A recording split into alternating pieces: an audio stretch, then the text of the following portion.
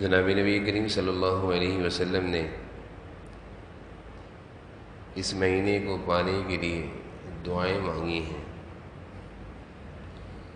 رجب کے مہینے سے ہی آپ صلی اللہ علیہ وسلم دعائیں فرمایا کرتے تھے، اللہم بارک لنا فی رجب و شعبان وبلغنا رمضان۔ اے اللہ، میری زندگی میں، میری عمر میں صحت میں برکت عطا فرما اور رمضان کا مہینہ نصیب فرما۔ تو رمضان کا مہینہ نصیب ہو جانا یہ خوش نصیبی کی بات ہے، یہ اللہ کی طرف سے ہم پر انعام ہے کہ اللہ نے ہمیں یہ مہینہ عطا فرما دیا۔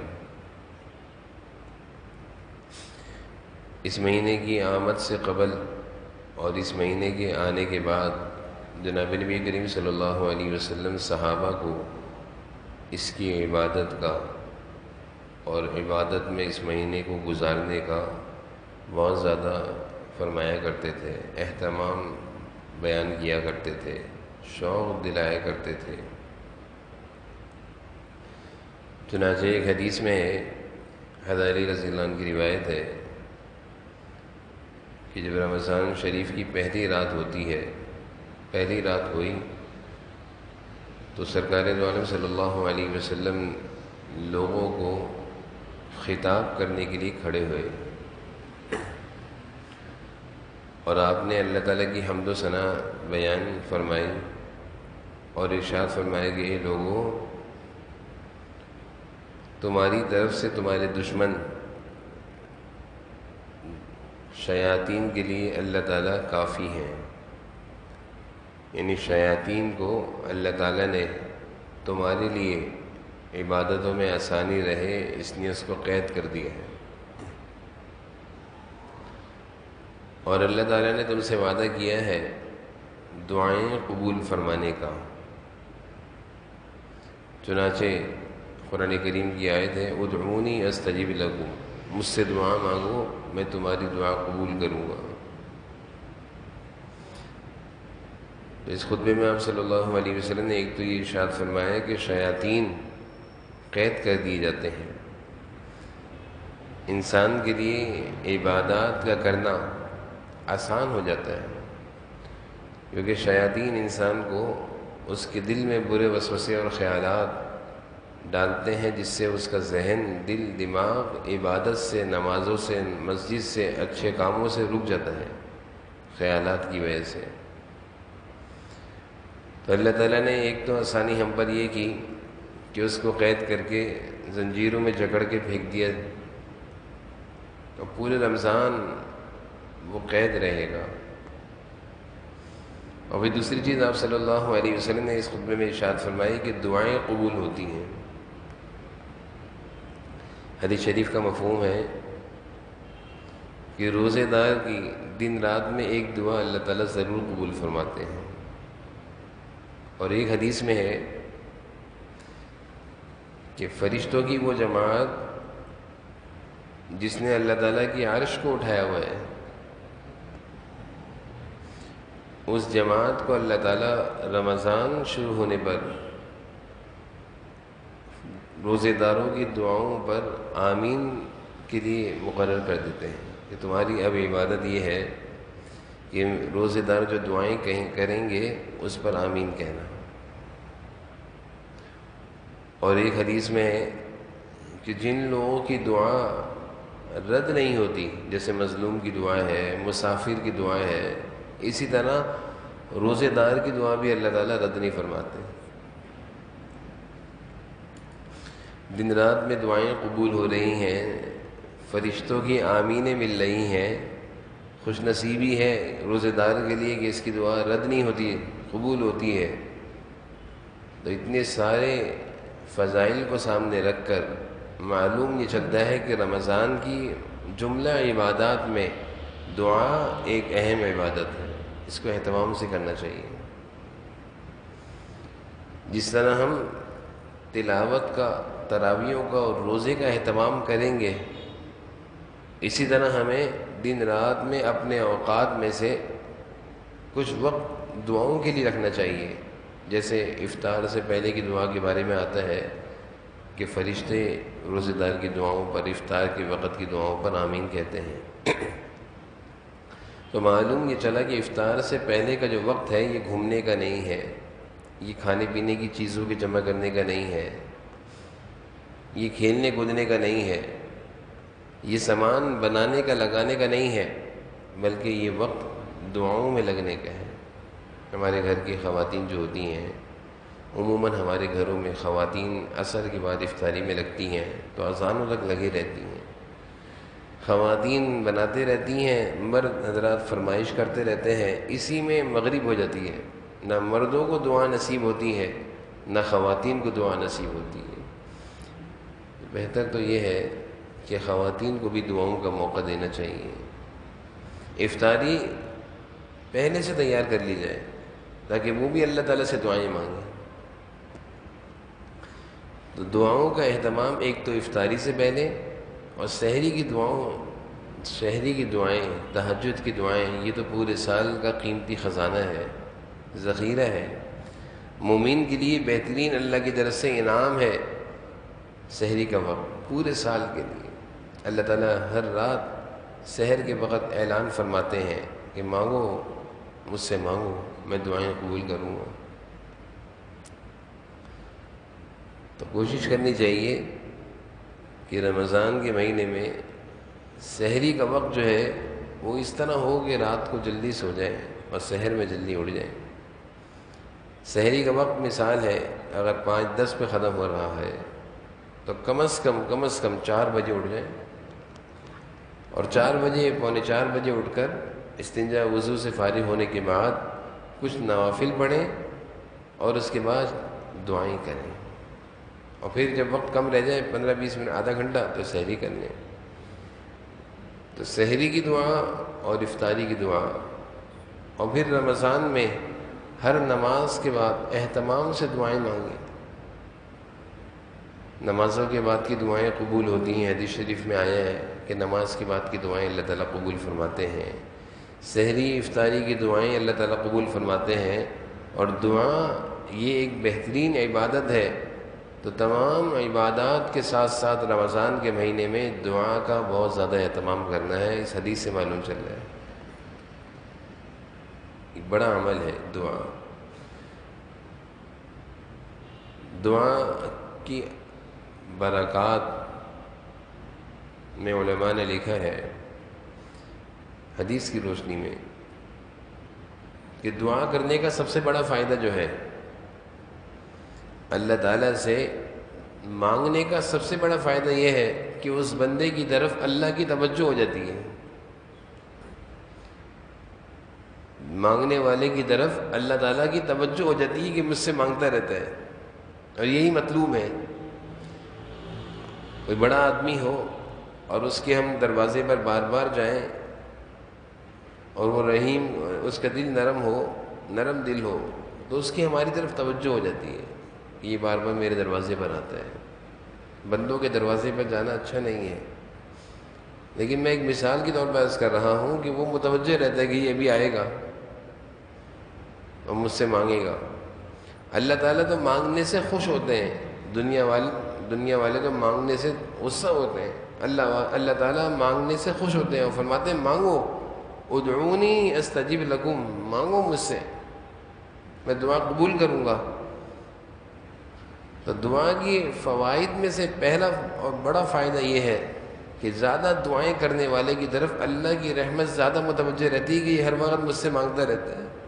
بلکہ حدیث میں یہاں تک آیا ہے کہ فرشتوں کی ایک جماعت نے اللہ تعالیٰ سے جا کر کہا کہ اللہ یہ بندہ آپ کے سامنے روتا رہتا ہے، اس کی دعا قبول کر لیں، مانگتا رہتا ہے آپ سے. تو اللہ تعالیٰ نے فرشتوں سے کہا کہ مجھے اس کے مانگنا، اس کا رونا، اس کی صدائیں، اس کی آہیں، اس کی آہ و زاری مجھے اچھی لگتی ہے، اس لیے میں اس کو دیتا نہیں ہوں تاکہ یہ مانگتا رہے. کتنا بڑا انعام ہے دعا کی عبادت. یہ ایک ایسی عبادت ہے کہ اللہ تعالیٰ کو بندے کا مانگنا، آہ و زاری، رونا دھونا اچھا لگتا ہے. تو دعا کے فوائد میں سے پہلا فائدہ بندے کی طرف اللہ کی رحمت متوجہ رہتی ہے۔ دوسرا فائدہ حدیث کی روشنی میں ہے کہ دعا کرنے کی برکت سے کوئی بلا، کوئی آفت، کوئی مصیبت آ رہی ہوتی ہے، دعا کرنے والے سے وہ ٹال دی جاتی ہے۔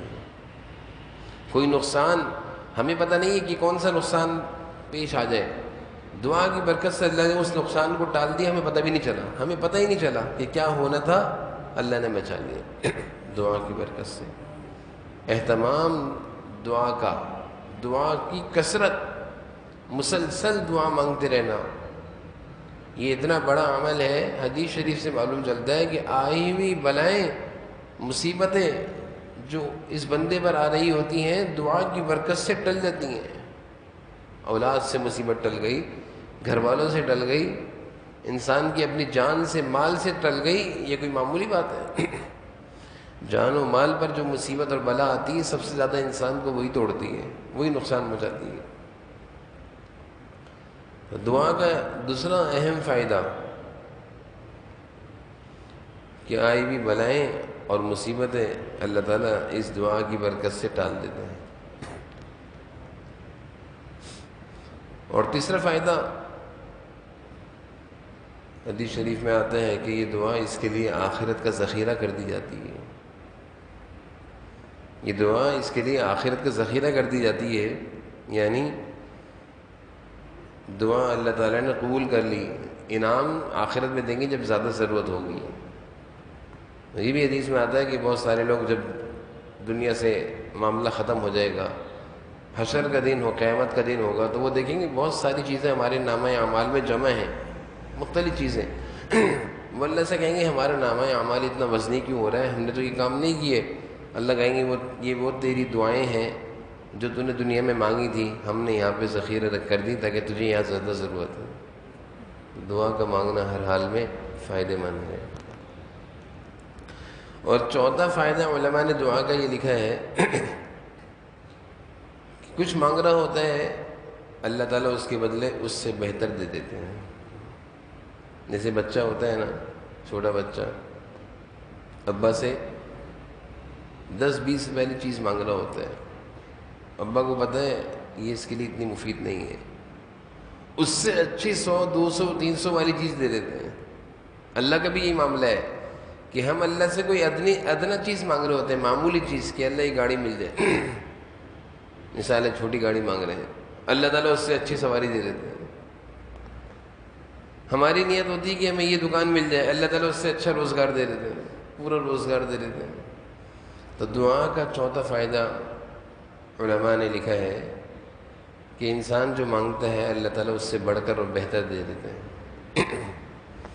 تو میں نے یہ عرض کیا کہ رمضان کی عبادات میں سے جس طرح نماز، تراویح، روزہ، تلاوت، یہ عظیم عبادات ہیں، اسی میں رمضان کا مہینہ گزارنا ہے انشاءاللہ۔ انہی عبادات میں سے ایک عظیم عبادت وہ دعا ہے جس کی میں فضائل عرض کر رہا ہوں۔ اللہ تعالیٰ کی طرف سے اس دعا کی قبولیت کی باتیں میں عرض کر رہا ہوں، تو کوشش کرنی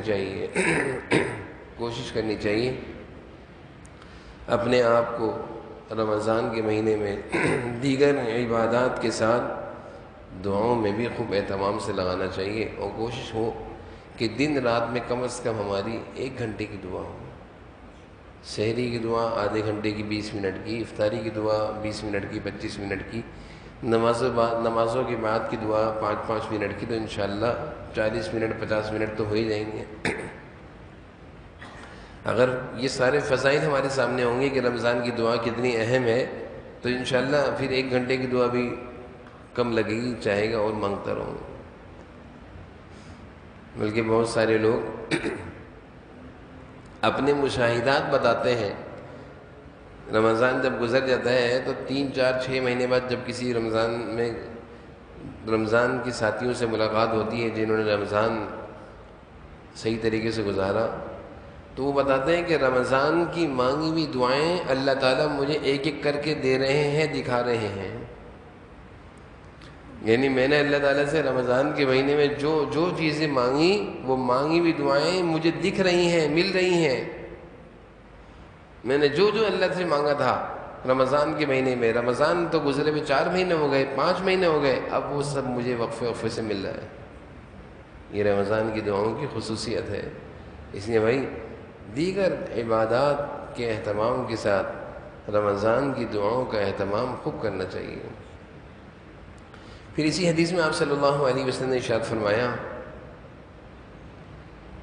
کہ اللہ تعالیٰ کی طرف سے ایک آواز دینے والا، ایک صدا لگانے والا آواز لگاتا ہے۔ حدیث کا مفہوم ہے، کیا صدا ہوتی ہے اس کی؟ اللہ کی طرف سے کہتا ہے کہ نیکی اور خیر کے کام کرنے والے آگے بڑھ،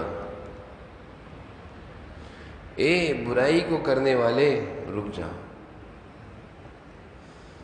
جس نے پورے سال اللہ تعالیٰ کی عبادت میں اپنے اوقات کو گزارا، دنیا کے کام بھی چلے لیکن گناہوں سے بچا رہا، اس کو تو اللہ کی طرف سے یہ صدا ملتی ہے کہ اور کرنا، رمضان میں عبادتیں اور کرنا، نیکیاں اور کرنا۔ اور جو پورے سال گناہ اور نافرمانی میں 11 مہینے گزارتا ہے، اللہ کی طرف سے فرشتہ آواز لگاتا ہے کہ اب تو رک جا، اس 1 مہینے میں تو رک جا، اس 1 مہینے میں تو جھوٹ چھوڑ دے، غیبت چھوڑ دے، رشوت چھوڑ دے، دھوکہ، خیانت، غلط بیانی، بد نظری، آنکھوں کا غلط استعمال، زبان کا، کانوں کا غلط استعمال، اس 1 مہینے میں چھوڑ دے۔ یہ اللہ کی طرف سے ایک فرشتہ انسان کو متوجہ، متنبہ، تنبیہ کر رہا ہوتا ہے کہ بس اب تو رک جا، اور کتنی کرے گا۔ اس لیے کوشش کرنی چاہیے کہ رمضان کے مہینے میں اپنے معمولات اور اپنے اعمال میں نیکیوں کو بڑھانا چاہیے۔ تلاوت، اذکار، تسبیحات، دعائیں، اللہ تعالیٰ سے معافیاں مانگنا، تلاوت کرنا، نمازوں کا پڑھنا، تراویح اہتمام سے پڑھنا، اور خیر کے کاموں میں سے بڑا کام روزے داروں کو افطار کرانا، اس میں لگنا چاہیے۔ ساری 11 مہینے کی جو بری عادتیں ہیں اس مہینے کے آنے سے پہلے چھوڑ دینے چاہیے کہ بس اب نہیں کروں گا بھائی میں۔ اللہ کی طرف سے اعلان ہے کہ برائی کے کرنے والے اب تو رک جا، اب تو تیرے ٹی وی کا استعمال، موبائل کا استعمال، یوٹیوب کا استعمال، فیس بک کا استعمال اب تو بند کر دے اس 1 مہینے میں۔ تو میں نے جیسے عرض کیا کہ رمضان میں عبادتوں کے ساتھ ساتھ خیر کے کاموں میں سے ایک بڑا اور عظیم کام وہ افطاری کرانا ہے، بڑی فضیلت آئی ہے۔ حدیث شریف میں آیا ہے کہ کسی روزے دار کو اگر تم افطاری کراتے ہو تو تمہارے گناہوں کو اللہ تعالیٰ معاف فرما دیں گے، مغفرت مل گئی۔ کسی کو افطار کرا دیا، ضروری نہیں کہ غریب اور فقیر محتاج کو افطار کراؤ، بھائی افطار تو سب کو کراؤ، چاہے وہ مالدار ہو غریب ہو، افطار تو افطار ہے، روزہ تو سب کا ہے، غریب کا بھی، امیر کا بھی ہے، کسی کو بھی افطار کراؤ۔ حدیث شریف میں آتا ہے کہ اللہ تعالیٰ کہتے ہیں اس کی گناہ معاف کر دو، اتنا بڑا عمل ہے۔ دوسرا فائدہ حدیث شریف میں آتا ہے، اللہ تعالیٰ کہتے ہیں اس کو جہنم سے خلاصی دے دو، مغفرت بھی مل گئی افطاری کرانے سے، جہنم سے خلاصی بھی مل گئی افطاری کرانے سے۔ اور تیسرا انعام اللہ تعالیٰ کہتے ہیں روزے دار کو افطاری کرائی، جتنا اس کو ثواب ملے گا اس کو بھی دے دو۔ کسی روزے دار کو افطاری کرانے کے برابر ثواب بھی مل رہا ہے، اپنے روزے کا الگ ثواب، کسی کو افطاری کرانے کا اس کے برابر ثواب ہمیں مل رہا ہے۔ 3، اور چوتھا تو بڑا عظیم انعام ہے، حوض کوثر پہ جناب نبی کریم صلی اللہ علیہ وسلم افطار کرانے والوں کو کہیں گے آ جاؤ، تم نے دنیا میں لوگوں کو افطار کرایا، اور میں تمہیں جام کوثر پلاتا ہوں۔ حدیث ہے کہ جام کوثر جناب نبی کریم صلی اللہ علیہ وسلم کے دست مبارک سے افطار کرانے والے کو دیا جائے گا۔ یہ کوئی معمولی بات ہے، یہ کتنا بڑا عمل ہے۔ تو رمضان کی عبادات میں تلاوت، دعائیں، تراویح، روزہ، ان عبادات میں ایک اس کو بھی شامل رکھیے گا، افطار کرانے کو۔ افطار کرائیے گا، چاہے ایک کو کرائیں۔ صحابہ نے جب افطار کی کرانے کی اتنی فضیلت سنی تو وہ کہنے لگے اللہ کے رسول، ہم میں سے سب تو مالدار نہیں ہیں کہ کسی کو افطار کرائیں، اتنا بڑا دسترخوان لگائیں، ہمارے پاس تو اتنا مال نہیں ہے۔ افطار تو لوگ یہ سمجھتے ہیں نا کہ بہت سارے پکوڑے، سموسے، یہ فلاں۔ آپ صلی اللہ علیہ وسلم نے ارشاد فرمایا نہیں بھائی، کسی روزے دار کو اگر تم ایک گھونٹ پانی ایک گھونٹ لسی، ایک کھجور، اس سے بھی افطار کراؤ، یہ سب مل جائے گا۔ اب تو ہر ایک کے لیے ثواب پانا آسان ہو گیا۔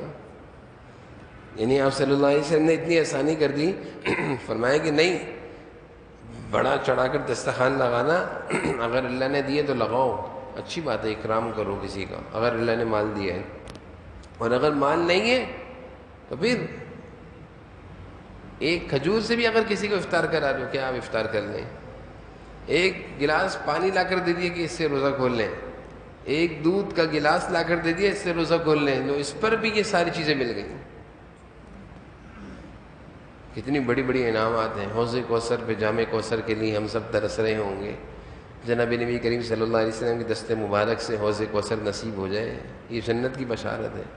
محشر کے میدان میں جس کو جناب نبی کریم صلی اللہ علیہ وسلم کے دست مبارک سے حوض کوثر، جام کوثر نصیب ہو گیا، یہ بشارت ہے کہ اب تو جہنم میں نہیں جائے گا، جنت میں جائے گا۔ تو روزے دار کو افطار کرانے کی برکت سے حوض کوثر سے جام کوثر، روزے دار کے برابر ثواب، مغفرت، جہنم سے خلاصی، 4 چیزیں میں نے عرض کی ہیں، مل رہی ہیں۔